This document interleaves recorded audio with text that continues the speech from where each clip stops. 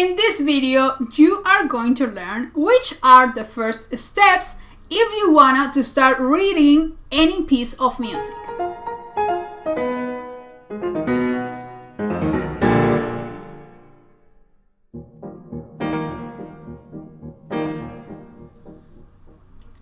Hi, my name is Ilse Lozoya, and in this video I am going to share with you some tips on how to start reading music.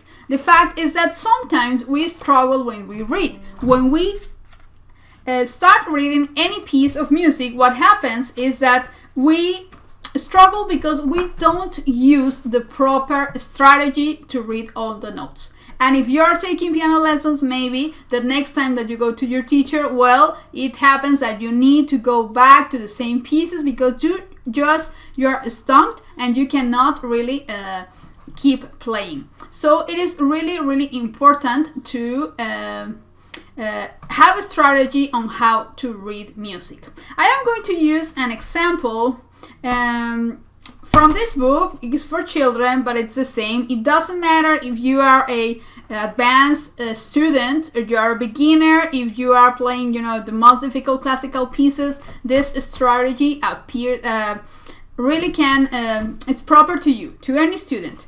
I'm using this book, which is a performance book number 1 from the Bastian Piano Basics series. And this is I use this with my students, and I want to use this as example because the size of the notes are pretty easy to follow in this video. What happens? Let's imagine that you have to play this. It's a one-piece lesson. I have this, and I have to read it. I have to play it. One of the most common mistakes is just to place the book and start trying to play. And I say trying because sometimes if the level of the piece is not really so easy for us, well, what happens is that we are going to start trying to play and we are playing with many mistakes. And we want to, from the beginning, play in the most accurate way. What I'm going to do? Well, first I am going to make an analysis. I am going to analyze what I'm going to play. If the piece that you're going to play has 5 pages, well, you can divide in sections, bigger sections. In this case, it's only 1 page. So I am going to analyze directly phrase by phrase. What I'm going to do, I can check the key signature. In this case, I do not have sharps or flats. Then I have, I can see here, I have this tie that is connecting all these notes. It means that this is a phrase. So I'm going to write here this line. So this is the first phrase. Then I can see right here, I have another one. You can tell me, or you can ask, well, how do I know where the phrase ends? Sometimes the tie tells you, sometimes you have to analyze a little bit more. If you have a change on the patterns of rhythmical patterns or melodic patterns, it is important to check that. It is very common to have phrases of 8 or 4 measures. So in this case, it fits 4 measures. Then right now I have another, right here I have another 4 measures section. Then I begin right here with another 4, so I can make another line here. So right now I have 3 phrases, then I continue right here. But after that, well, I'll go to play this section. But before playing, I have to read. We have to be able to read the notes aloud in a very fluent way. This is going to help you reading, and when you get to the point when you have to play, you will feel that these notes are really more familiar to you because you have read this before a couple of times. So don't go directly to play unless it's a first sight exercise.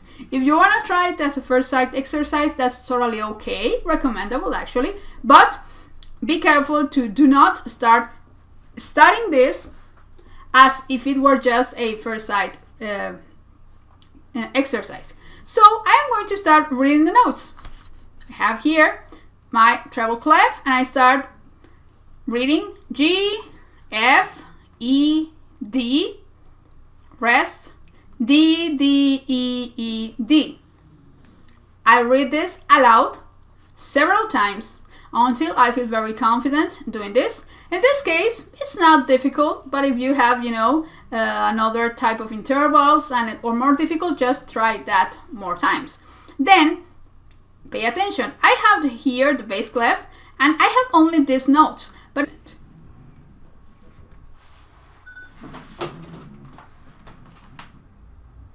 don't take a moment and read many times. We really want to make sure that we know this, that we can play it right ahead without thinking which note is this. So, rest, B, G, B, G, B. As something that I just noticed is that these notes are the same, right? So that helps us to have an idea what are we going to play. So in our brain, when we start having this idea, like a sketch of what we are going to play. It's not something that we go directly to play. We have to analyze, and this is very important. And you don't have to do this with the piano. So even if you are busy, maybe at your school, or some moments that you don't have the piano there, or you just want to take a break from another activity, you can take your lesson and start reading. This is very, very helpful and necessary to develop an accurate practice. After that, I'll go to the piano and start playing this. But it is important to play and read the notes aloud. It is necessary. Sometimes we do not do that because it's like, kind of lazy habit. So we start like G, F sharp, E, D. Follow the fingering. Very important. If I don't have the fingering written, the written fingering, I must do it.